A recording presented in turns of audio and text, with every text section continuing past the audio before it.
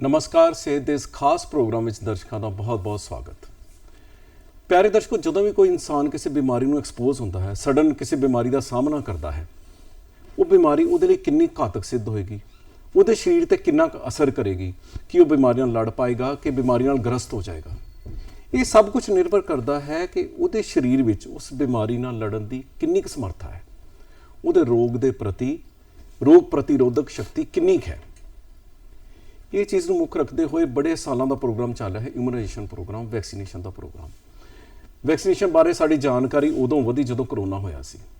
Corona ਦੇ ਦੌਰਾਨ ਤਾਂ ਦੇਖਿਆ ਜਾਵੇ ਤਾਂ ਵੈਕਸੀਨੇਸ਼ਨ ਹੀ ਇੱਕੋ ਇੱਕ ਟ੍ਰੀਟਮੈਂਟ ਸੀ ਇੱਕ ਤਰ੍ਹਾਂ ਦਾ, ਤੇ ਬੜੇ ਲੋਕਾਂ ਨੇ ਦੇਖੋ ਲਾਈਨਾਂ ਲੱਗ ਕੇ ਵੈਕਸੀਨ ਲਗਵਾਈ।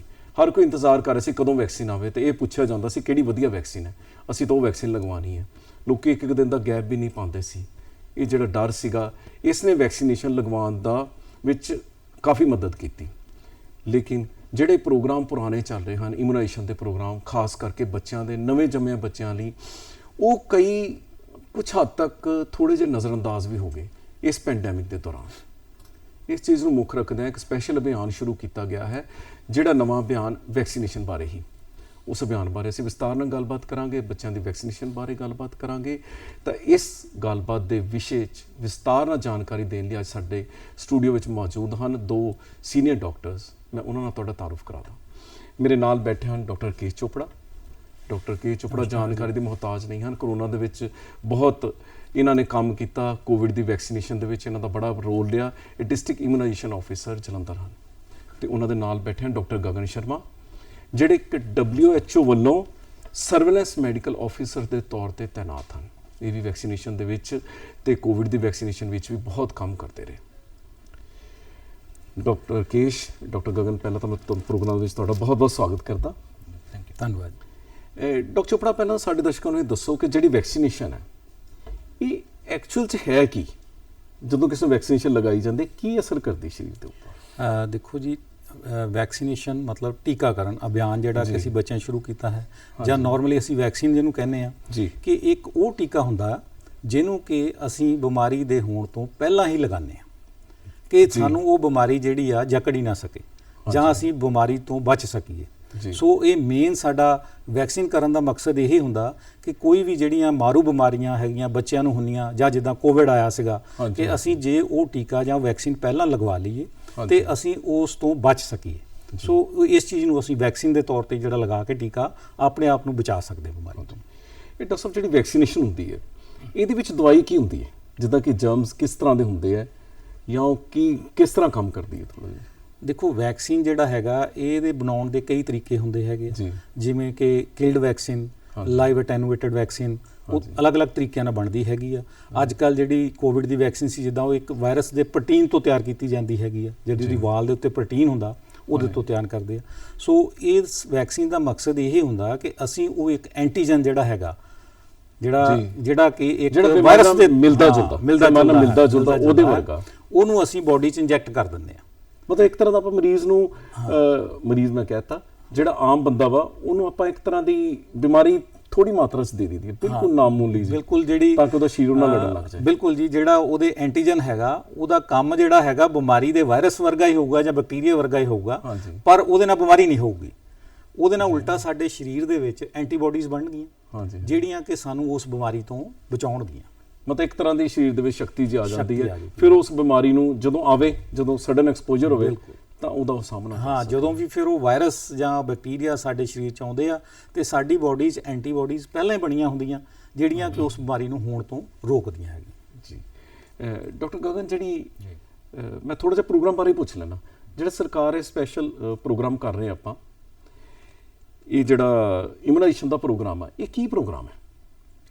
ਇਹ ਇਮੂਨਾਈਜੇਸ਼ਨ ਪ੍ਰੋਗਰਾਮ ਬੇਸਿਕਲੀ ਨੈਸ਼ਨਲ ਇਮੂਨਾਈਜੇਸ਼ਨ ਸ਼ਡਿਊਲ ਹੈ, ਜਿਹੜਾ ਕਿ ਸਰਕਾਰ ਜਿਹਨੂੰ ਨਿਯਮਿਤ ਟੀਕਾਕਰਨ ਕਹਿੰਦੀ ਹੈਗੀ ਹੈ।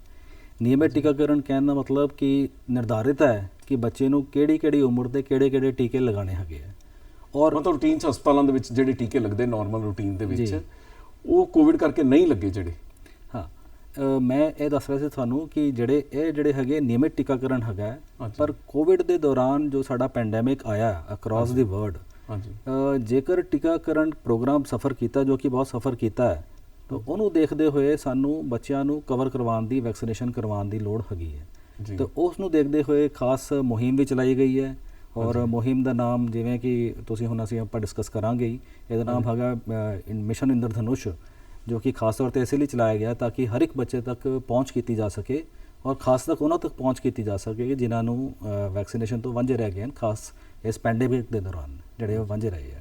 ਜੀ, ਇਹ ਡਾਕਟਰ ਸਾਹਿਬ ਫਿਰ ਇਹ ਕੋਈ ਆਪਣੇ ਕੋਲ ਕੋਈ ਰਿਕਾਰਡ ਹੈ ਕਿ ਕਿਹੜੇ ਬੱਚਿਆਂ ਨੇ ਵੈਕਸੀਨੇਸ਼ਨ ਨਹੀਂ ਲਗਵਾਈ ਉਹਨਾਂ ਦੌਰਾਨ, ਤੇ ਇਹਦਾ ਰਿਕਾਰਡ ਕਿੱਦਾਂ ਇਕੱਠਾ ਕੀਤਾ ਗਿਆ ਰਿਕਾਰਡ? ਬਿਲਕੁਲ ਬਿਲਕੁਲ, ਸਾਡਾ ਜਿਹੜਾ ਸਿਹਤ ਮਹਿਕਮਾ ਹੈਗਾ ਉਹ ਇੱਕ ਬਹੁਤ ਹੀ ਵੱਡਾ ਮਹਿਕਮਾ ਹੈ, ਜਿਹਦੇ ਵਿੱਚ ਸਾਡੇ ਕੋਲ ਇੱਕ ਆਸ਼ਾ ਵਰਕਰ ਜਿਹੜੀ ਕਿ 1000 ਪਾਪੂਲੇਸ਼ਨ ਦੇ ਮਗਰ ਹੁੰਦੀ ਹੈ। ਉਸ ਤੋਂ ਬਾਅਦ ANM ਜਿਹੜੀ ਕਿ 5 ਤੋਂ 10,000 ਦੇ ਪਾਪੂਲੇਸ਼ਨ ਦੇ ਮਗਰ ਕਵਰ ਕਰਦੀ ਆ। ਤਾਂ ਜਿਹੜਾ ਹਰ ਬੱਚੇ ਦਾ ਰਿਕਾਰਡ ਆ ਉਹ ਸਾਡੀ ANM ਜਾਂ ਆਸ਼ਾ ਵਰਕਰ ਦੇ ਕੋਲ ਹੁੰਦਾ।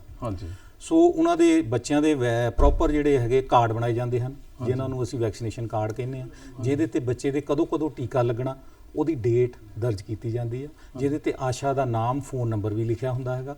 ਸੋ ਉਹ ਸਾਡੇ ਕੋਲ ਜਿਹੜਾ ਪੂਰਾ ਰਿਕਾਰਡ ਬੱਚਿਆਂ ਦਾ ਹੁੰਦਾ ਕਿ ਕਿਹੜੇ ਬੱਚੇ ਕਿੰਨੇ ਟਾਈਮ ਤੇ ਕਿਹੜਾ ਟੀਕਾ ਲੱਗਾ ਹੈਗਾ। ਸੋ ਜਿਵੇਂ ਕਿ ਬੱਚਾ ਪੈਦਾ ਹੀ ਹੁੰਦਾ ਬਰਥ ਤੇ, ਅਸੀਂ ਉਹਨੂੰ ਉਸ ਟਾਈਮ ਤੋਂ ਟੀਕੇ ਸ਼ੁਰੂ ਕਰ ਦਿੰਦੇ ਹਾਂ। ਨਹੀਂ, ਉਹ ਤਾਂ ਠੀਕ ਹੈ ਡਾਕਟਰ ਸਾਹਿਬ, ਜਿਹੜਾ ਆਪਣੇ ਕੋਲ ਰਿਕਾਰਡ ਹੈ ਫਿਰ ਇਹ ਰਿਕਾਰਡ ਇਕੱਠਾ ਕਰਕੇ ਹੁਣ ਤੁਸੀਂ ਇਹ ਮਿਸ਼ਨ ਦੇ ਵਿੱਚ ਕੰਮ ਕਰੋਗੇ? ਬਿਲਕੁਲ ਜੀ, ਜਿਹੜਾ ਸਾਡੇ ਕੋਲ ਰਿਕਾਰਡ ਤਾਂ ਆਲਰੇਡੀ ਸੀਗਾ ਹੀ।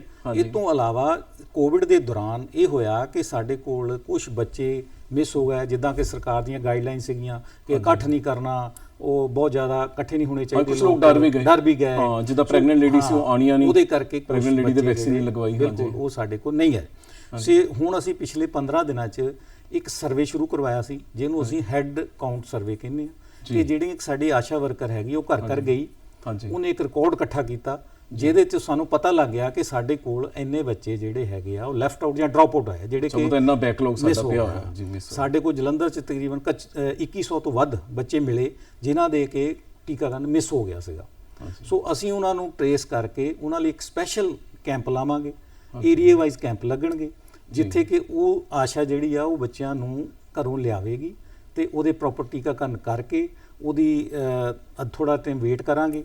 ਉਸ ਤੋਂ ਬਾਅਦ ਉਹ ਸਾਰਾ ਉਹਦਾ ਦਰਜ ਰਿਕਾਰਡ ਆਪਣੇ ਰਜਿਸਟਰ 'ਚ ਕਰਨਗੇ ਤਾਂ ਜੋ ਕਿ 100% ਜਿਹੜੇ ਬੱਚੇ ਆ ਉਹਨਾਂ ਨੂੰ ਕਵਰ ਕਰ ਸਕੀਏ। ਡਾਕਟਰ ਗਗਨ, ਜਿਹੜਾ ਇਹ ਮਿਸ਼ਨ ਦਾ ਨਾਮ ਰੱਖਿਆ ਗਿਆ ਵਾ ਇੰਦਰਧਨੁਸ਼, ਇੰਟੈਂਸੀਫਾਈਡ ਇੰਦਰਧਨੁਸ਼, ਇਹ ਕੀ ਨਾਮ, ਕੀ ਸਪੈਸੀਫਿਕ ਇੰਦਰਧਨੁਸ਼ ਕਿਉਂ ਰੱਖਿਆ ਗਿਆ?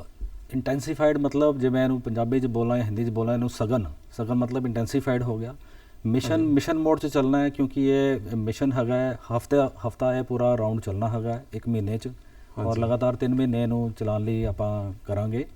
ਔਰ ਇੰਦਰਧਨੁਸ਼ ਇਸ ਕਰਕੇ ਇਹਨੂੰ ਕਹਿੰਦੇ ਹੈਗੇ ਆ ਕਿਉਂਕਿ ਜਿੱਦਾਂ ਇੰਦਰਧਨੁਸ਼ ਦੇ ਤੁਸੀਂ ਦੇਖਦੇ ਹੋ ਜਦੋਂ 7 ਰੰਗੀ ਇੰਦਰਧਨੁਸ਼ ਬਣ ਜਾਂਦਾ ਹੈ ਤੇ ਉਹਦਾ ਮਤਲਬ ਹੈ ਕਿ 7 ਬਿਮਾਰੀਆਂ ਤੋਂ ਬਚਾਉਣ ਲਈ, ਤੇ ਉਹਨੂੰ ਇਸ ਤਰ੍ਹਾਂ ਨਾਲ ਜੋੜਿਆ ਗਿਆ ਕਿ 7 ਵੈਕਸੀਨ ਪ੍ਰੀਵੈਂਟੇਬਲ ਡਿਜ਼ੀਜ਼ ਜਿਹੜੀਆਂ ਹੈਗੀਆਂ ਉਹਨਾਂ ਤੋਂ ਬਚਾਉਣ ਲਈ ਇਹਨੂੰ ਨਾਲ ਅਸੀਂ ਜੋੜਿਆ ਹੈ ਤਾਂ ਕਿ ਅਸੀਂ ਉਹਨਾਂ ਬੱਚਿਆਂ ਤੱਕ ਪਹੁੰਚ ਸਕੀਏ ਔਰ ਉਹਨਾਂ ਨੂੰ ਜਾਨਲੇਵਾ ਜਿਹੜੀ ਬਿਮਾਰੀਆਂ ਬੱਚਿਆਂ ਦੀ ਉਹਨਾਂ ਤੋਂ ਬਚਾ ਸਕੀਏ। ਤੇ ਇਸ ਕਰਕੇ ਇਹਨੂੰ ਅਸੀਂ ਸਗਨ ਮਿਸ਼ਨ ਇੰਦਰਧਨੁਸ਼ ਕਹਿੰਦੇ ਹਾਂ ਜੀ। ਡਾਕਟਰ ਚੋਪੜਾ, ਜਿਹੜੀ ਵੈਕਸੀਨੇਸ਼ਨ, ਮੈਂ ਥੋੜਾ ਜਿਹਾ ਚਾਹੂੰਗਾ ਕਿ ਆਪਾਂ ਦਰਸ਼ਕਾਂ ਨੂੰ ਨਾ ਵੈਕਸੀਨੇਸ਼ਨ ਦੀ ਡਿਟੇਲ ਬਾਰੇ ਦੱਸ ਦਈਏ। ਵੈਕਸੀਨੇਸ਼ਨ ਮੇਰੇ ਖਿਆਲ ਗਰਭ ਦੌਰਾਨ ਹੀ ਸ਼ੁਰੂ ਹੋ ਜਾਂਦੀ ਹੈ। ਬਿਲਕੁਲ। ਇਹ ਕਿਸ ਤਰ੍ਹਾਂ ਦਾ ਸਕੇਡਿਊਲ ਕੀ ਹੈਗਾ ਕਿ ਮਤਲਬ ਕਿਸ ਤਰ੍ਹਾਂ ਸ਼ੁਰੂ ਕੀਤੀ ਜਾਂਦੀ ਹੈ? ਦੇਖੋ ਜੀ, ਡਿਊਰਿੰਗ ਪ੍ਰੈਗਨੈਂਸੀ, ਗਰਭ ਦੇ ਦੌਰਾਨ ਜਿਹੜੀਆਂ ਪ੍ਰੈਗਨੈਂਟ ਵੂਮਨਸ ਹੈਗੀਆਂ ਉਹਨਾਂ ਨੂੰ ਅਸੀਂ 2 ਟੀਕੇ ਲਗਾਉਂਦੇ ਆ ਟੈਟਨਸ ਦੇ। ਇਹ ਗਰਭ ਜਦੋਂ ਧਾਰਨ ਹੋ ਜਾਂਦਾ ਉਸ ਦੂਸਰੇ ਟ੍ਰਿਮੈਸਟਰ 'ਚ ਲਗਾਉਂਦੇ ਹਾਂ ਅਸੀਂ 3 ਮਹੀਨੇ ਤੋਂ ਬਾਅਦ। ਅੱਛਾ। ਹਾਂ, ਉਹਨੂੰ ਦੂਸਰੇ ਟ੍ਰਿਮੈਸਟਰ 'ਚ 2 ਟੀਕੇ ਲਗਾਈ ਦੇ। ਉਸ ਤੋਂ ਬਾਅਦ ਜਦੋਂ ਡਿਲੀਵਰੀ ਹੁੰਦੀ ਬੱਚੇ ਦੀ, ਮਦਰ ਦੀ ਡਿਲੀਵਰੀ ਹੁੰਦੀ ਆ, ਬੱਚਾ ਪੈਦਾ ਹੁੰਦਾ, ਡਿਊਰਿੰਗ ਬਰਥ ਜਾਂ ਬਰਥ ਤੋਂ ਨੈਕਸਟ ਡੇ ਅਸੀਂ ਕਹਿ ਦਿੰਦੇ ਆ ਕਿ ਉਹਦੇ ਟੀਕੇ ਜਿਹੜੇ 0 ਡੋਜ਼ ਜਿਹੜੀ ਆ ਪੋਲੀਓ ਦੀ, BCG ਤੇ ਕਾਲਾ ਪੀਲੀਆ, ਇਹ 3 ਟੀਕੇ ਜਿਹੜੇ ਆ ਪੈਦਾ ਹੁੰਦੇ ਹੀ 3 ਟੀਕੇ ਲਾ ਦਿੱਤੇ ਜਾਂਦੇ ਆ। ਸਾਡੇ ਸਿਵਲ ਹਸਪੀਟਲ 'ਚ ਬੜਾ ਵਧੀਆ ਸਿਸਟਮ ਹੈਗਾ, ਉੱਥੇ ਸਾਡਾ ਜਿਹੜਾ ਰਾਊਂਡ ਦਾ ਕਲੌਕ ਜਿੱਦਾਂ ਕਹਿ ਲਓ ਸਿਸਟਮ ਚੱਲਦਾ ਡਿਲੀਵਰੀ ਦਾ, ਤੇ ਸਾਡਾ ਨਾਲ ਦੀ ਨਾਲ ਸਾਡਾ ਵੈਕਸੀਨੇਸ਼ਨ ਦਾ ਉੱਥੇ ਚੱਲਦਾ। ਅੱਜ ਬੱਚੇ ਦੀ ਬਰਥ ਹੋਇਆ, ਸੇਮ ਡੇ ਜਾਂ ਨੈਕਸਟ ਡੇ ਉਹਦੇ ਅਸੀਂ ਟੀਕੇ ਲਗਾ ਦਿੰਦੇ ਹਾਂ। ਹਾਂਜੀ, ਇੱਕ ਤਾਂ ਹੋ ਗਿਆ ਪੋਲੀਓ ਲਗਾਈ ਦਾ, ਪੋਲੀਓ ਦਾ ਡ੍ਰੌਪ ਲਾ ਦਿੱਤੇ। ਬਿਲਕੁਲ ਜੀ। BCG ਦਾ ਟੀਕਾ ਲਗਾਇਆ ਜਾਂਦਾ। BCG ਦਾ ਟੀਕਾ ਲਗਾਇਆ ਜਾਂਦਾ, ਇੱਕ ਕਾਲੇ ਪੀਲੀਏ ਦਾ ਟੀਕਾ ਲਗਾਇਆ। ਕਾਲੇ ਪੀਲੀਏ ਟੀਕਾ। ਇਹ ਡਾਕਟਰ ਸਾਹਿਬ ਜਿੱਦਾਂ ਹੁਣ ਬਰਥ ਹੈ, ਬਰਥ ਤੇ ਤਾਂ ਦੇਖਿਆ ਜਾਵੇ ਤਾਂ ਬੱਚੇ ਦੀ ਤਾਂ ਇਮਿਊਨਿਟੀ ਬਿਲਕੁਲ 0 ਹੁੰਦੀ ਇੱਕ ਤਰ੍ਹਾਂ ਦੀ, ਤੇ ਇਹ ਵਾਲਾ ਟੀਕਾ ਭਾਵੇਂ ਕਿਲਡ ਹੈ ਇਹ ਕੋਈ ਸਾਈਡ ਇਫੈਕਟ ਵੀ ਕਰ ਜਾਂਦਾ? ਨਹੀਂ ਜੀ ਨਹੀਂ, ਦੇਖੋ ਕੋਈ ਵੀ ਵੈਕਸੀਨ ਆ ਉਹ ਪੂਰਾ ਟੈਸਟ ਕਰਨ ਤੋਂ ਬਾਅਦ ਹੀ ਉਹਦੀ ਜਿਹੜੀ ਆ ਬੱਚਿਆਂ 'ਚ ਲਗਾਉਣੇ ਸ਼ੁਰੂ ਕੀਤੇ ਜਾਂਦੇ ਆ। ਸੋ ਉਹਦੇ ਨਾਲ ਜੇ ਅਸੀਂ ਕਹੀਏ ਕਿ ਇਹਦੇ ਸਾਈਡ ਇਫੈਕਟ ਕੋਈ ਇਸ ਤਰ੍ਹਾਂ ਦਾ ਸੀਰੀਅਸ ਸਾਈਡ ਇਫੈਕਟ ਨਹੀਂ ਹੁੰਦਾ। ਸੋ ਲੋਕਾਂ 'ਚ ਕਈ ਤਰ੍ਹਾਂ ਦੀ ਧਾਰਨਾ ਆ ਜਾਂਦੀਆਂ, ਵਹਿਮ ਆ ਜਾਂਦਾ ਕਿ ਜੀ ਇਹਦਾ ਨਾ ਹੋ ਸਕਦਾ। ਸੋ ਉਹ ਮਨ 'ਚ ਨਹੀਂ ਰੱਖਣੀਆਂ ਚਾਹੀਦੀਆਂ। ਸਮਾਂ ਕਿ ਪ੍ਰਮੋਟ ਕਰਨਾ ਚਾਹੀਦਾ ਲੋਕਾਂ ਨੂੰ ਕਿ ਵੈਕਸੀਨੇਸ਼ਨ ਜ਼ਰੂਰ ਕਰਾਓ। ਸੋ ਜੇ ਛੋਟੀ ਮੋਟੀ ਜਿੱਦਾਂ ਕਿ ਕਿਸੇ ਟੀਕੇ ਵਾਲੀ ਜਗ੍ਹਾ ਤੇ ਸਵੈਲਿੰਗ ਹੋ ਗਈ, ਸੋਜਨ ਹੋ ਗਈ, ਦਰਦ ਹੋ ਰਹੀ ਆ, ਜਾਂ ਉਸ ਤੋਂ ਬਾਅਦ ਬੱਚੇ ਨੂੰ ਬੁਖਾਰ ਹੋ ਸਕਦਾ ਕਈਆਂ ਵੈਕਸੀਨ ਤੋਂ ਬਾਅਦ। ਸੋ ਉਹ ਜਿਹੜੀਆਂ ਮਾਈਲਡ ਸਾਈਡ ਇਫੈਕਟਸ ਹੁੰਦੇ ਆ ਉਹ ਹੋ ਸਕਦੇ ਆ। ਅੱਛਾ, ਉਹ ਤੋਂ ਘਬਰਾਉਣ ਦੀ ਜ਼ਰੂਰਤ ਵੈਸੇ ਦੇਖਿਆ ਜਾਵੇ ਤਾਂ ਜੇ ਸਾਈਡ ਇਫੈਕਟ ਥੋੜੇ ਜਿਹੇ ਹੁੰਦੇ, ਇਹਦਾ ਮਤਲਬ ਵੈਕਸੀਨ ਅਸਰ ਕਰਦੀ ਪਈ ਹੈ। ਬਿਲਕੁਲ ਜੀ, ਬਿਲਕੁਲ ਵੈਕਸੀਨ ਅਸਰ ਕਰ ਰਹੀ ਆ, ਤਾਂ ਹੀ ਉਹ ਬੱਚੇ ਦੇ ਸਰੀਰ 'ਚ ਜਿਹੜਾ ਇਫੈਕਟ ਹੋ ਰਿਹਾ ਉਹਦੇ ਕਰਕੇ ਸਿੰਪਟਮਸ ਆਉਂਦੇ ਥੋੜੇ ਬਹੁਤੇ। ਤੇ ਡਾਕਟਰ ਸਾਹਿਬ, ਜੇ ਕੋਈ ਬੰਦਾ ਰਿਫਿਊਜ਼ ਕਰ ਦੇ, ਜੇ ਪੈਦਾ ਹੁੰਦੇ ਬੱਚੇ ਦੇ ਨਾ ਲਗਵਾਏ ਵੈਕਸੀਨ, ਕਾਫੀ ਜਿੱਦਾਂ ਵਹਿਮ ਭਰਮ ਹੁੰਦੇ ਆ, ਬੰਦੇ ਰਿਫਿਊਜ਼ ਕਰ ਦਿੰਦੇ, ਫਿਰ ਕੀ ਕਰਦੇ ਤੁਸੀਂ? ਦੇਖੋ ਜੀ, ਅਸੀਂ ਸਾਡੇ ਜਿਹੜੇ ਵਰਕਰਸ ਹੈਗੇ ਆ ਬਿਲਕੁਲ ਉਹਨੂੰ ਮੋਟੀਵੇਟ ਕਰਦੇ ਆ ਕਿ ਇਹ ਐਜ਼ ਪਰ ਸ਼ਡਿਊਲ, ਜਿੱਦਾਂ ਕਿ ਜਨਮ ਤੇ ਮੈਂ ਤੁਹਾਨੂੰ ਦੱਸਿਆ 3 ਟੀਕੇ ਅਸੀਂ ਲਗਾਉਂਦੇ ਆ, ਉਸ ਤੋਂ ਬਾਅਦ 1.5 ਮਹੀਨੇ ਤੇ ਅਸੀਂ ਲਗਾਉਂਦੇ ਆ, 2.5 ਮਹੀਨੇ ਤੇ ਲਗਾਉਂਦੇ, 3.5 ਮਹੀਨੇ ਤੇ। ਹੁਣ 1.5 ਮਹੀਨੇ ਤੇ ਜਿਹੜੇ ਟੀਕੇ ਲੱਗਦੇ ਉਹਦੇ ਵਿੱਚ ਪੋਲੀਓ, ਗਲਘੁੱਟੂ, ਖਸਰਾ ਤੇ ਟੈਟਨਸ, ਨਮੋਨੀਆ, ਡਾਇਰੀਆ ਤੇ ਇਹ ਸਾਰੇ ਟੀਕੇ ਲੱਗਦੇ ਆ ਜਿਹੜੇ 1.5 ਮਹੀਨੇ ਤੇ। ਸੋ ਅਸੀਂ ਉਹਨੂੰ ਵੱਧ ਤੋਂ ਵੱਧ ਮੋਟੀਵੇਟ ਕਰਦੇ ਆ ਜੀ ਕਿ ਇਹਨਾਂ ਦੇ ਆਹ ਫਾਇਦੇ ਆ ਵੈਕਸੀਨ ਦੇ। ਇਹ 1.5 ਮਹੀਨੇ ਤੇ ਇੰਨੇ ਸਾਰੇ ਟੀਕੇ ਲੱਗਦੇ ਆ। ਹਾਂਜੀ। ਇਹ ਫਿਰ ਇਹ ਟੀਕੇ ਜਿਹੜੇ ਰਿਪੀਟ 2.5 ਮਹੀਨੇ ਤੇ ਹੁੰਦੇ ਆ, ਫਿਰ 3.5 ਮਹੀਨੇ ਤੇ ਹੁੰਦੇ ਆ। ਹਾਂਜੀ। ਸੋ ਇਹ ਸ਼ਡਿਊਲ ਬਣਿਆ ਪ੍ਰੋਪਰ, ਉਹਦੇ ਅਕੋਰਡਿੰਗ ਦੁਬਾਰਾ ਦੱਸਣਾ ਇੱਕ ਮਿੰਟ, ਮੈਂ ਸੋਚਦਾ ਕਿ ਦਰਸ਼ਕਾਂ ਨੂੰ ਸ਼ਡਿਊਲ ਪਤਾ ਹੋਣਾ ਚਾਹੀਦਾ। ਹਾਂ ਬਿਲਕੁਲ, ਕਿਉਂਕਿ ਦੇਖਿਆ ਜਾਵੇ ਤੇ ਜੇ ਕਿਸੇ ਨੇ ਪੇਰੈਂਟਸ ਬਣਨਾ ਨਾ, ਮੇਰਾ ਖਿਆਲ ਤੇ ਬੰਦੇ ਨੂੰ ਸ਼ਾਦੀ ਕਰਨ ਤੋਂ ਪਹਿਲਾਂ ਸੋਚਣਾ ਚਾਹੀਦਾ ਪੈਰੈਂਟਿੰਗ ਕਿੱਦਾਂ ਕਰੀਦੀ ਹੈ। ਤੇ ਪੈਰੈਂਟਿੰਗ ਕਰਨ ਲਈ ਬੰਦੇ ਨੂੰ ਆਪਣੇ ਬੱਚੇ ਲਈ ਤਿਆਰ ਹੋਣਾ ਚਾਹੀਦਾ ਹੈ। ਜੇ ਬੱਚਾ ਪ੍ਰੈਗਨੈਂਟ ਹੈ, ਲੇਡੀ ਪ੍ਰੈਗਨੈਂਟ ਹੈ, ਤਾਂ ਬੱਚੇ ਨੂੰ ਕੀ ਕੀ ਦੇਣਾ ਹੈ, ਕੀ ਕੀ ਵੈਕਸੀਨ ਲਗਵਾਉਣੀ ਚਾਹੀਦੀ, ਪਹਿਲਾਂ ਹੀ ਪੇਰੈਂਟਸ ਨੂੰ ਪਤਾ ਹੋਣਾ ਚਾਹੀਦਾ। ਬਿਲਕੁਲ ਜੀ। ਜਿਹੜਾ ਸਾਡਾ ਇਮੂਨਾਈਜੇਸ਼ਨ ਕਾਰਡ ਹੈਗਾ, ਜਿਹੜਾ ਡਿਪਾਰਟਮੈਂਟ, ਹੈਲਥ ਡਿਪਾਰਟਮੈਂਟ ਵੱਲੋਂ ਕਾਰਡ ਤਿਆਰ ਕੀਤਾ ਗਿਆ, ਇਹਦੇ ਵਿੱਚ ਸਾਰੀਆਂ ਹੀ ਗੱਲਾਂ ਲਿਖੀਆਂ ਹਨ ਕਿ ਕਿਹੜਾ ਟੀਕਾ ਕਦੋਂ ਲੱਗਣਾ, ਮਾਂ ਨੇ ਆਪਣੇ ਬੱਚੇ ਦਾ ਕਿਸ ਤਰ੍ਹਾਂ ਧਿਆਨ ਰੱਖਣਾ ਹੈਗਾ, ਬੱਚੇ ਨੂੰ ਕਿਸ ਤਰ੍ਹਾਂ ਦੀਆਂ ਸਮੱਸਿਆ ਆ ਸਕਦੀਆਂ ਜੀ, ਉਹ ਸਾਰਾ ਡਿਟੇਲ 'ਚ ਲਿਖਿਆ ਹੈਗਾ। ਜਿੰਨੀਆਂ ਮਾਵਾਂ ਹੈਗੀਆਂ ਉਹਨਾਂ ਨੂੰ ਅਸੀਂ ਕਾਰਡ ਦਿੰਨੇ ਆ। ਇਹ ਕਾਰਡ ਬੜਾ ਸੋਹਣਾ ਹੈ, ਪੂਰੀ ਬੁਕਲੇਟ ਤਿਆਰ ਕੀਤੀ ਹੋਈ ਹੈ। ਹਾਂਜੀ, ਜਿਹਦੇ ਵਿੱਚ ਪੂਰਾ ਕਿਸ ਤਰ੍ਹਾਂ ਬੱਚਾ ਵੈਕਸੀਨ ਲਗਵਾਉਣੀ, ਕਿੱਦਾਂ ਉਹਦੇ ਮਾਈਲਸਟੋਨ ਡਿਵੈਲਪ ਹੁੰਦੇ ਆ, ਜੇ ਉਹ ਡਿਲੇ ਹੁੰਦੇ ਆ, ਉਹਦੇ 'ਚ ਕੋਈ ਉਹਨੂੰ ਸਮੱਸਿਆ ਆਉਂਦੀ ਆ ਤੇ ਉਹਨੂੰ ਆਪਾਂ ਕਿੱਦਾਂ ਟੈਕਲ ਕਰਨਾ, ਜੇ ਕੋਈ ਜ਼ਿਆਦਾ ਸਮੱਸਿਆ ਆਉਂਦੀ ਤੇ ਆਪਾਂ ਉਹਨੂੰ ਡਾਕਟਰ ਨਾਲ ਕਿੱਦਾਂ ਤਾਲਮੇਲ ਕਰਕੇ ਉਹਨੂੰ ਰੁਕਣਾ, ਜੇ ਡਾਇਰੀਆ ਹੋ ਗਿਆ ਤਾਂ ਉਹਨੂੰ ਕਿੱਦਾਂ ਦੇਖਣਾ, ਇਹ ਸਾਰੀਆਂ ਚੀਜ਼ਾਂ ਇਹਦੇ ਵਿੱਚ ਲਿਖੀਆਂ ਹੈਗੀਆਂ। ਸੋ ਇਹ ਕਾਰਡ ਜਿਹੜਾ ਹੈਗਾ ਬੜਾ ਲਾਹੇਵੰਦ ਹੈਗਾ ਸਾਰਿਆਂ ਲਈ। ਸੋ ਇਸ ਕਾਰਡ ਦੇ ਮੁਤਾਬਕ ਅਸੀਂ ਟੀਕੇ ਜਿਹੜੇ ਲਗਾਉਂਦੇ ਆ, ਜੇ ਮੈਂ ਤੁਹਾਨੂੰ ਦੱਸਿਆ ਜਿੱਦਾਂ 1.5 ਮਹੀਨੇ ਤੇ ਅਸੀਂ ਜਿਹੜੇ ਲਗਾਉਂਦੇ ਆ, ਉਹਦੇ 'ਚ ਪੋਲੀਓ, ਗਲਘੋਟੂ, ਕਾਲੀ ਖਾਂਸੀ, ਟੈਟਨਸ, ਨਮੋਨੀਆ ਤੇ ਡਾਇਰੀਆ, ਇਹ ਟੀਕੇ ਜਿਹੜੇ ਲੱਗ ਜਾਂਦੇ ਆ। ਜਿਹੜਾ ਖਸਰੇ ਦਾ ਆ ਉਹ 9 ਮਹੀਨੇ ਤੇ ਅਸੀਂ ਲਗਾਉਂਦੇ ਆ। ਸੋ ਇਹ ਟੀਕੇ 2.5 ਮਹੀਨੇ ਤੇ 3.5 ਮਹੀਨੇ ਤੇ ਰਿਪੀਟ ਕਰਦੇ ਆ ਤੇ 1.5 ਸਾਲ ਤੇ ਇਹਨਾਂ ਦੀ ਬੂਸਟਰ ਡੋਜ਼ ਲੱਗਦੀ ਹੈ ਜੀ। ਇਹਦਾ ਮਤਲਬ ਕਾਫੀ ਜ਼ਬਰਦਸਤ ਬਚਾਅ ਹੈਗਾ। ਬਿਲਕੁਲ ਜੀ, ਇਹ ਸਾਰੀਆਂ ਬਿਮਾਰੀਆਂ ਜਿਹੜੀਆਂ ਹੈਗੀਆਂ ਜਦੋਂ ਇਹ ਟੀਕੇ ਲੱਗ ਗਏ ਤੇ ਬੱਚੇ ਨੂੰ ਕੋਈ ਸੀਰੀਅਸ ਬਿਮਾਰੀ ਨਹੀਂ ਹੋਊਗੀ। ਹਾਂਜੀ, ਬੱਚੇ ਦੇ ਵਿੱਚ ਇੰਨੀ ਇਮਿਊਨਿਟੀ ਬਣ ਜਾਊਗੀ ਕਿ ਉਹ ਇਸ ਬਿਮਾਰੀ ਨਾਲ ਬੜੀ ਆਸਾਨੀ ਨਾਲ ਲੜ ਸਕਦਾ। ਹਾਂਜੀ, ਮਤਲਬ ਜੇ ਬਿਮਾਰੀ ਹੋ ਵੀ ਜਾਏ ਤਾਂ ਉਨੀ ਸੀਰੀਅਸ ਨਹੀਂ ਹੋਊਗੀ ਕਿਉਂਕਿ ਉਹਨੂੰ ਪਹਿਲਾਂ ਵੈਕਸੀਨ ਲੱਗੀ ਹੋਊਗੀ। ਹਾਲਾਂਕਿ ਪੂਰਾ ਵੈਕਸੀਨ ਤਾਂ ਨਹੀਂ ਕੀਤਾ ਜਾ ਸਕਦਾ, ਪਰ ਕਾਫੀ ਬਿਮਾਰੀ ਲਈ ਵੈਕਸੀਨ ਕੀਤੇ ਜਾਂਦੇ ਹਨ ਜੀ।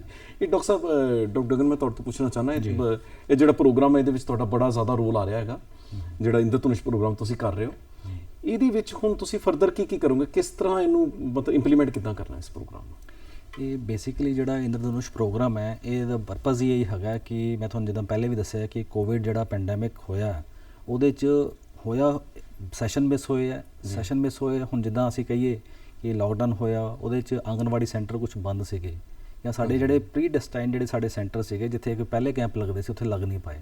ਹਾਂਜੀ, ਇਵਨ ਸਟਾਫ ਵੀ ਬਿਜ਼ੀ ਸੀਗਾ, ਸਟਾਫ ਵੀ ਕੋਵਿਡ 'ਚ ਸਾਰਾ ਲੱਗ ਗਿਆ। ਹਾਂਜੀ, ਤੇ ਇਹਨਾਂ ਚੀਜ਼ਾਂ ਨੂੰ ਦੇਖਦੇ ਹੋਏ ਇਹ ਸੋਚਿਆ ਗਿਆ ਕਿ ਹੁਣ ਅਸੀਂ ਇਸ ਤਰ੍ਹਾਂ ਦਾ ਕੋਈ ਮੁਹਿੰਮ ਚਲਾਈਏ ਜਿਹਦੇ ਨਾਲ ਕਿ ਅਸੀਂ ਬੱਚੇ ਜਿਹੜੇ ਸਾਡੇ ਬੈਕਲੌਗ ਦੇ ਹੈਗੇ ਆ, ਇਹਨਾਂ ਨੂੰ ਅਸੀਂ ਕਿਸੇ ਤਰ੍ਹਾਂ ਨਾਲ ਕਵਰ ਕਰਾ ਸਕੀਏ।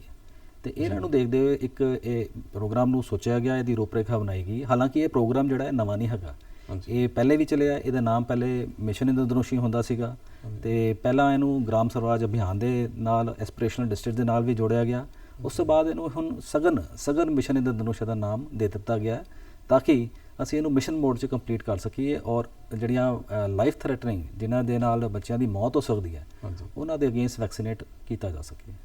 ਦੇਖੋ ਡਾਕਟਰ ਸਾਹਿਬ, ਜਿਹੜਾ ਨਾਰਮਲ ਰੂਟੀਨ ਹੈ ਉਹਦੇ ਵਿੱਚ ਤਾਂ ਇੱਕ ਦਿਨ ਫਿਕਸ ਹੈ ਹਫਤੇ ਦੇ ਵਿੱਚ ਵੀ ਉਸ ਦਿਨ ਹਸਪਤਾਲ ਦੇ ਵਿੱਚ ਲੱਗਣੀ ਵੈਕਸੀਨ। ਇਸ ਪ੍ਰੋਗਰਾਮ ਦੇ ਵਿੱਚ ਕਿੰਨੀ ਦੇਰ ਵੈਕਸੀਨ ਲੱਗਣੀ, ਕਿੱਦਾਂ ਸ਼ਡਿਊਲ ਬਣਾਇਆ? ਜੀ, ਇਹ ਬਿਲਕੁਲ ਠੀਕ ਹੈ ਕਿਉਂਕਿ ਉਦੋਂ ਨਿਰਧਾਰਿਤ ਹੁੰਦਾ ਸਾਡਾ ਮਮਤਾ ਦਿਵਸ ਹੈ, ਬੁੱਧਵਾਰ ਨੂੰ ਅਸੀਂ ਟੀਕਾਕਰਨ ਕਰਦੇ ਹਾਂ। ਕਈ ਵਾਰ ਬੁੱਧਵਾਰ ਮਮਤਾ ਦਿਵਸ ਹੈ। ਹਾਂ, ਬੁੱਧਵਾਰ ਜਿਹੜਾ ਮਮਤਾ ਦਿਵਸ ਹੈ ਉਹ ਰੂਟੀਨ ਯਾਦ ਕਰਾਉਣ ਲਈ ਲੋਕਾਂ ਨੂੰ ਮਮਤਾ ਦਿਵਸ ਨਾਮ ਮਮਤਾ ਦਿਵਸ ਔਰ ਰੂਟੀਨ ਰੱਖਿਆ ਗਿਆ। ਹਾਂ, ਉਹ ਰੂਟੀਨ ਮੈਨੇਜਮੈਂਟ ਦਾ ਹਿੱਸਾ ਹੈ ਔਰ ਉਸ ਤੋਂ ਇਲਾਵਾ ਆਊਟਰੀਚ ਕੈਂਪਸ ਵੀ ਮਤਲਬ ਆਪਣੀ ਜਗ੍ਹਾ ਤੋਂ ਬਾਹਰ ਜਾ ਕੇ ਵੀ ਕੈਂਪਸ ਲਗਾਉਣ ਦੀ ਕੋਸ਼ਿਸ਼ ਹੁੰਦੀ ਹੈ। ਬਟ ਇਹਦੇ 'ਚ ਕੀ ਹੈਗਾ ਕਿਉਂਕਿ ਇਹ ਮਿਸ਼ਨ ਮੋਡ ਹੈ ਤੇ ਮਿਸ਼ਨ ਮੋਡ 'ਚ ਕੀ ਹੁੰਦਾ ਹੈ ਕਿ ਤੁਸੀਂ ਆਪਾਂ ਇੱਕ ਹਫਤਾ ਲੈ ਲਿਆ ਪੂਰਾ ਦਾ ਪੂਰਾ ਮਹੀਨੇ ਦਾ। ਇੱਕ ਹਫਤੇ 'ਚ ਤੁਸੀਂ ਜਿਹੜੇ ਸਾਡੇ 7 ਵਰਕਿੰਗ ਡੇਜ਼ ਹੋਣਗੇ ਅਸੀਂ ਉਹਨਾਂ ਨੂੰ ਸਿਲੈਕਟ ਕਰ ਲਿਆ ਔਰ ਜਿਹੜੀਆਂ ਤੁਹਾਡੀਆਂ ਅਗਸਟਡ ਹੌਲੀਡੇ ਆ ਤੁਸੀਂ ਸੰਡੇ ਕੱਢ ਦਿਓ। ਉਸ ਤੋਂ ਇਲਾਵਾ ਅਸੀਂ ਇਹਨੂੰ ਸਾਰਿਆਂ ਨੂੰ ਇਹ 'ਚੋਂ ਕਵਰ ਕਰਵਾਉਣਾ ਹੈ ਤਾਂ ਕਿ ਅਸੀਂ ਇਹਦੀ ਮੈਕਸਿਮਮ ਆਊਟਪੁੱਟ ਕੱਢ ਸਕੀਏ ਔਰ ਜਿਹੜਾ ਸਾਡਾ ਬੈਕਲੌਗ ਹੈ ਔਰ ਜਿਹੜੇ ਸਾਡੇ ਹੁਣ ਵੀ ਬੱਚੇ ਜਿਹੜੇ ਹੁਣ ਆ ਰਹੇ ਆ ਜਾਂ ਨਵੇਂ ਜੰਮੇ ਆ ਰਹੇ ਆ ਜਾਂ ਜਿਹੜੇ ਬੱਚੇ ਕੋਈ ਮਿਸ ਹੋ ਗਏ ਉਹਨਾਂ ਨੂੰ ਅਸੀਂ ਕਵਰ ਕਰਵਾ ਸਕੀਏ। ਮਤਲਬ ਮਹੀਨੇ ਦੇ ਵਿੱਚ ਇੱਕ ਹਫਤਾ ਲੈਣਾ ਔਰ ਲਗਾਤਾਰ ਉਹ ਵੀ। ਹਾਂ ਜੀ ਡਾਕਟਰ ਬਾਟਲਾ, ਇਹ ਇਸ ਤੋਂ ਬਾਅਦ ਇਹਦੇ ਹੁਣ 1 ਮਹੀਨੇ ਚੱਲਣ ਤੋਂ ਬਾਅਦ ਇਹ 2 ਮਹੀਨੇ ਹੋਰ ਚੱਲੇਗਾ ਤੇ ਲਗਾਤਾਰ ਇਹਨੂੰ 3 ਮਹੀਨੇ ਚਲਾ ਕੇ ਸਗਨ ਫਾਰਮ 'ਚ ਮਿਸ਼ਨ ਫਾਰਮ 'ਚ ਇਹਨੂੰ ਅਸੀਂ ਕਵਰ ਕਰਵਾਉਣਾ ਹੈ ਜਿਹੜਾ ਬੈਕਲੌਗ ਹੈ ਬੱਚਿਆਂ ਦੇ ਨੂੰ। ਜੀ, ਇਹ ਡਾਕਟਰ ਸਾਹਿਬ ਜਿਹੜੀ ਵੈਕਸੀਨੇਸ਼ਨ ਹੈ ਵੈਸੇ ਦੇਖਿਆ ਜਾਵੇ ਤਾਂ ਵੈਕਸੀਨੇਸ਼ਨ ਸਪੋਜ਼ ਜਿੱਦਾਂ ਹੁਣ ਡਾਇਰੀਆ ਦੀ ਵੈਕਸੀਨ ਵੀ ਲੱਗ ਰਹੀ ਹੈ, ਜੇ ਬੱਚੇ ਨੂੰ ਆਲਰੇਡੀ ਡਾਇਰੀਆ ਹੈਗਾ ਫਿਰ ਇਹ ਵੈਕਸੀਨੇਸ਼ਨ ਦਾ ਕੀ ਕਰਦੇ ਆ? ਦੇਖੋ, ਜੇ ਤਾਂ ਬੱਚੇ ਨੂੰ ਕੋਈ ਬਹੁਤ ਜ਼ਿਆਦਾ ਸੀਰੀਅਸ ਸਮੱਸਿਆ ਹੈਗੀ ਆ ਫਿਰ ਅਸੀਂ ਉਹਨੂੰ ਕੁਝ ਦਿਨਾਂ ਲਈ ਜਾਂ ਨੈਕਸਟ ਵੀਕ ਤੇ ਡਿਲੇ ਕਰ ਸਕਦੇ ਹਾਂ। ਅਦਰਵਾਈਜ਼ ਜਿਹੜੀ ਵੈਕਸੀਨ ਆ ਉਹਦੇ ਲਈ ਕੋਈ ਕਾਉਂਟਰਾਇੰਡੀਕੇਸ਼ਨ ਇਦਾਂ ਦੀ ਹੈ ਨਹੀਂ ਹੈ ਕਿ ਅਸੀਂ ਉਹਨੂੰ ਰੋਕਣਾ ਹੈਗਾ। ਸੋ ਵੈਕਸੀਨ ਅਸੀਂ ਰੂਟੀਨ 'ਚ ਜਿਹੜੇ ਉਹਦੇ ਸ਼ਡਿਊਲ ਦੇ ਮੁਤਾਬਕ ਹੀ ਲਗਾਉਂਦੇ ਹਾਂ ਅੰਟਿਲ ਕਿ ਉਹਨੂੰ ਕੋਈ ਬਹੁਤ ਜ਼ਿਆਦਾ ਸੀਰੀਅਸ ਸਮੱਸਿਆ ਹੋਵੇ। ਇਹ ਡਾਕਟਰ ਸਾਹਿਬ ਵੈਕਸੀਨੇਸ਼ਨ ਤੇ ਜਿੱਦਾਂ ਸਪੋਜ਼ ਜੇ ਬੁਖਾਰ ਹੀ ਬਹੁਤ ਜ਼ਿਆਦਾ ਹੈਗਾ ਤੇ ਫਿਰ ਵੈਕਸੀਨ ਫਿਰ ਵੀ ਕੋਈ ਕਾਉਂਟਰਾਇੰਡੀਕੇਸ਼ਨ ਹੈ ਕਿ ਆਪਾਂ ਉਹਨੂੰ ਡਿਲੇ ਕਰ ਸਕੀਏ? ਡਿਲੇ ਦਾ ਪ੍ਰੋਵੀਜ਼ਨ ਹੈ? ਹਾਂ, ਬਿਲਕੁਲ ਜੀ। ਜਿਹੜਾ ਸਾਡਾ ਸ਼ਡਿਊਲ ਹੈਗਾ ਜਿੱਦਾਂ ਉਹਦੇ ਵਿੱਚ ਅਸੀਂ 2 ਹਫ਼ਤੇ ਦਾ ਗੈਪ ਦੇਈਦਾ। ਹਾਂਜੀ, ਵੀ ਜਿਹੜਾ 4 ਤੋਂ 6 ਹਫ਼ਤੇ ਦੇ ਵਿੱਚ ਟੀਕਾ ਲੱਗਣਾ, ਮਤਲਬ ਕਿ ਜਿਹੜਾ ਟੀਕਾ ਤੁਸੀਂ 2 ਹਫ਼ਤਿਆਂ ਦੇ ਵਿੱਚ ਲਗਵਾ ਸਕਦੇ ਆ। ਕਿ ਇਹ ਨਹੀਂ ਹੈ ਕਿ ਇੱਕ ਦਿਨ ਫਿਕਸ ਕਰਤਾ ਕਿ ਆਹ ਤਰੀਕ ਨੂੰ ਤੁਹਾਡਾ ਡਿਊ ਆ ਤੇ ਇਸੇ ਦਿਨ ਹੀ ਲੱਗਣਾ, ਨਹੀਂ, ਵਿਦਨ ਅਸੀਂ 2 ਵੀਕ ਉਹ ਟੀਕਾ ਲਗਵਾ ਸਕਦੇ ਆ। ਉਹ ਇੱਕ ਸ਼ਡਿਊਲ ਦਾ ਹਿੱਸਾ ਹੀ ਹੈਗਾ। ਸੋ ਇਸ ਕਰਕੇ ਜੇ ਬੱਚੇ ਨੂੰ ਕੋਈ ਪ੍ਰੋਬਲਮ ਇਸ ਤਰ੍ਹਾਂ ਦੀ ਸੀਰੀਅਸ ਲੱਗਦੀ ਆ ਤੇ ਅਸੀਂ ਉਹਨੂੰ ਨੈਕਸਟ ਵੀਕ ਤੇ ਪਾ ਸਕਦੇ ਆ, ਪਰ ਅਦਰਵਾਈਜ਼ ਇੰਨੀ ਜ਼ਰੂਰਤ ਪੈਂਦੀ ਨਹੀਂ ਹੈ। ਆਮ ਤੌਰ ਤੇ ਜ਼ਿਆਦਾਤਰ ਬੱਚੇ ਤਾਂ ਲੱਗ ਜਾਂਦੇ ਹਨ। ਡਾਕਟਰ ਤੁਸੀਂ ਕੁਝ ਕਹਿ ਰਹੇ ਸੀ? ਡਾਕਟਰ ਬਾਟਲਾ, ਮੈਂ ਇਹਦੇ 'ਚ ਥੋੜਾ ਇੱਕ ਐਡ ਕਰਨਾ ਚਾਹੂੰਗਾ ਕਿ ਇਹ ਨਾ ਇਹਦੇ 'ਚ ਲਾਈਵ ਵੈਕਸੀਨਸ ਵੀ ਜਿਵੇਂ ਕਿ ਡਾਕਟਰ ਚੋਪੜਾ ਨੇ ਹੁਣੇ ਦੱਸਿਆ ਤੇ ਲਾਈਵ ਵੈਕਸੀਨਸ ਜਿਹੜੀਆਂ ਵੀ ਹੈਗੀਆਂ ਉਹਨਾਂ 'ਚ 1 ਮਹੀਨੇ ਦਾ ਗੈਪ ਹੋਣਾ ਜ਼ਰੂਰੀ ਹੈ। ਜਿੱਦਾਂ ਸਰ ਨੇ ਜਿੱਦਾਂ ਦੱਸਿਆ ਹੀ ਹੈ ਡਾਕਟਰ ਸਾਹਿਬ ਨੇ ਕਿ 4 to 6 ਵੀਕਸ ਤੇ 4 ਤੋਂ ਹਫ਼ਤੇ ਤੱਕ ਸਪੇਸ ਦੇਵਾਂਗੇ ਤਾਂ ਹੀ ਹੈ। ਬਟ ਮੇਰੀ ਇਹ 'ਚ ਇੱਕ ਜਿਹੜੀ ਬਹੁਤ ਇੰਪੋਰਟੈਂਟ ਜਿਹੜੀ ਲੋਕਾਂ ਨੂੰ ਮੈਸੇਜ ਮੈਂ ਇਸ ਪ੍ਰੋਗਰਾਮ ਰਾਹੀਂ ਦੇਣਾ ਚਾਹੂੰਗਾ ਉਹ ਹੈ ਕਿ ਜਿਹੜਾ ਇਮਿਊਨਾਈਜੇਸ਼ਨ ਸ਼ਡਿਊਲ ਹੈ ਉਹਨੂੰ ਫੋਲੋ ਕਰਨਾ ਜ਼ਰੂਰੀ ਹੈ। ਇਹ ਨਾ ਹੋਵੇ ਕਿ 1.5 ਵਾਲਾ ਅਸੀਂ 2.5 ਤੇ ਲਵਾ ਰਹੇ ਹਾਂ, 2.5 ਵਾਲਾ ਅਸੀਂ 3.5 ਤੇ ਜਾ ਰਹੇ ਹਾਂ ਔਰ ਅਸੀਂ ਉਹਨੂੰ ਕਹਿੰਦੇ ਕਿ ਨਹੀਂ ਕੋਈ ਗੱਲ ਨਹੀਂ ਬਈ 5 ਵਾਲਾ ਜਿਹੜਾ 9 ਮਹੀਨੇ ਵਾਲਾ ਵੀ ਹੈਗਾ ਅਸੀਂ ਉਹਨੂੰ 1.5 ਸਾਲ ਤੋਂ ਹੀ ਲਵਾ ਸਕਦੇ ਹਾਂ, ਸਾਡੇ ਕੋਲ ਓਪਰਚੁਨਿਟੀ ਹੈਗੀ ਹੈ। ਬਟ ਉਹ ਜਿਹੜੀ ਬਿਮਾਰੀ ਜਿਹੜੇ ਟਾਈਮ ਗਰੁੱਪ 'ਚ ਟਾਈਮ ਫਰੇਮ 'ਚ ਫਿਕਸ ਕੀਤੀ ਗਈ ਹੈ ਉਹ ਉਸੇ ਟਾਈਮ ਤੇ ਲਗਵਾ ਲੈਣੀ ਹੀ ਠੀਕ ਹੈ ਤਾਂ ਕਿ ਅਸੀਂ ਉਹਦੇ ਅਗੇਂਸਟ ਜਿਹੜੀ ਆਪਾਂ ਵੈਕਸੀਨਸ ਦੇ ਅਗੇਂਸਟ ਜਿਹੜੀ ਐਂਟੀਬਾਡੀ ਬਣਾਉਣੀ ਹੈ ਉਹ ਟਾਈਮ ਸਿਰ ਬਣ ਸਕਣ ਔਰ ਉਹ ਟਾਈਮਲੀ ਆਪਣਾ ਇਫੈਕਟ ਦੇ ਸਕਣ। ਜੇ ਡਿਲੇ ਕਰਾਂਗੇ, ਜੇ ਵੈਕਸੀਨੇਸ਼ਨ ਡਿਲੇ ਕਰਾਂਗੇ ਅਸੀਂ ਤੇ ਅਸੀਂ ਆਪ ਹੀ ਆਪਣੇ ਆਪ ਨੂੰ ਇਨਵਾਈਟ ਕਰ ਰਹੇ ਹਾਂ ਕਿ ਸਾਨੂੰ ਬਿਮਾਰੀਆਂ ਹੋਣ ਤੇ ਉਹਨਾਂ ਨੂੰ ਅਸੀਂ ਟਾਈਮਲੀ ਹੈਂਡਲ ਨਾ ਕਰ ਸਕੀਏ। ਹਾਂਜੀ, ਕਿਉਂਕਿ ਜਿਹੜਾ ਪ੍ਰੋਗਰਾਮ ਦਾ ਸ਼ਡਿਊਲ ਹੀ ਬਣਿਆ ਨਾ ਇਮਿਊਨਾਈਜੇਸ਼ਨ ਦਾ ਉਹ ਇਹ ਸੋਚ ਕੇ ਬਣਿਆ ਹੋਇਆ ਕਿ ਜਿਹੜੀ ਇਹ ਬਿਮਾਰੀ ਕਦੋਂ ਆਉਂਦੀ ਹੈ। ਜੇ ਬਿਮਾਰੀ ਆਣੀ ਲੇਟ ਆ ਤਾਂ ਫਿਰ ਵੈਕਸੀਨੇਸ਼ਨ ਵੀ ਉਨੀ ਲੇਟ ਕਰਦੀ ਹੈ। ਪਰ ਜੇ ਵੈਕਸੀਨੇਸ਼ਨ ਨਹੀਂ ਲਗਵਾਈ ਤਾਂ ਉਸ ਦਰਮਿਆਨ ਬਿਮਾਰੀ ਹੋਣ ਦਾ ਚਾਂਸ ਵੀ ਜ਼ਿਆਦਾ ਹੈ ਕਿਉਂਕਿ ਉਹੀ ਵਲਨਰੇਬਲ ਗਰੁੱਪ ਹੁੰਦਾ ਹੈ ਬਚਪਨ ਦੇ ਵਿੱਚ। ਜਿੱਦਾਂ ਹੁਣ ਜੇ ਦੇਖਿਆ ਜਾਵੇ ਤਾਂ ਫਿਰ ਵੈਕਸੀਨੇਸ਼ਨ ਇਸੇ ਲਈ ਇੰਪੋਰਟੈਂਟ ਹੈ। ਪਰ ਡਾਕਟਰ ਫਿਰ ਵੀ ਕਈ ਪੇਰੈਂਟਸ ਐਸੇ ਕਈ ਹੈ ਕਿ ਜਿਹੜੇ ਵੈਕਸੀਨੇਸ਼ਨ ਨਹੀਂ ਲਵਾਉਂਦੇ ਜਾਂ ਹੁਣ ਜਿਹੜੇ ਨਵੇਂ ਬੱਚੇ ਹੈ ਸਪੋਜ਼ ਕਿਸੇ ਨੇ ਵੈਕਸੀਨੇਸ਼ਨ ਲੈਸ ਸਪੋਜ਼ ਕਿ ਆਪਾਂ 6 ਮਹੀਨੇ ਕਿਸੇ ਨੇ ਵੈਕਸੀਨੇਸ਼ਨ ਲਗਵਾਈ ਹੀ ਨਹੀਂ ਹੈ ਬਰਥ ਤੋਂ ਬਾਅਦ, ਕੋਈ ਇੱਦਾਂ ਦੀ ਮਾਈਗ੍ਰੇਟਰੀ ਲੇਬਰ ਹੈ ਜਾਂ ਕੁਝ ਐਸੇ ਹੈਗੇ, ਫਿਰ ਕੀ ਕਰਦੇ ਹੋ ਤੁਸੀਂ? ਦੇਖੋ ਜੀ, ਕੋਈ ਇੱਦਾਂ ਦਾ ਜੇ ਸਾਨੂੰ ਬੱਚਾ ਮਿਲਦਾ ਜਿਹਨੇ ਕੋਈ ਵੈਕਸੀਨ ਨਹੀਂ ਲਗਵਾਈ 6 ਮਹੀਨੇ ਦਾ ਜਾਂ 8 ਮਹੀਨੇ ਦਾ, ਤਾਂ ਸਾਡਾ ਮੇਨ ਹੈਗਾ ਕਿ ਅਸੀਂ ਉਹਦੀ ਉਦੋਂ ਹੀ ਸਾਰੀ ਵੈਕਸੀਨੇਸ਼ਨ ਸ਼ੁਰੂ ਕਰ ਦੇਣੀ। ਹਾਂਜੀ, ਕਿ ਅਸੀਂ ਜਿੰਨੇ ਵੀ ਸ਼ੁਰੂ ਤੋਂ ਹੀ ਜਿਹੜੇ ਅਸੀਂ 1.5 ਮਹੀਨੇ ਤੇ ਉਹਦੇ ਟੀਕੇ ਲਗਾਉਂਦੇ ਆ ਉਹ ਅਸੀਂ 6 ਮਹੀਨੇ ਤੇ ਉਹਦੇ ਸਾਰੇ ਲਗਾ ਦੇਣੇ ਜੀ।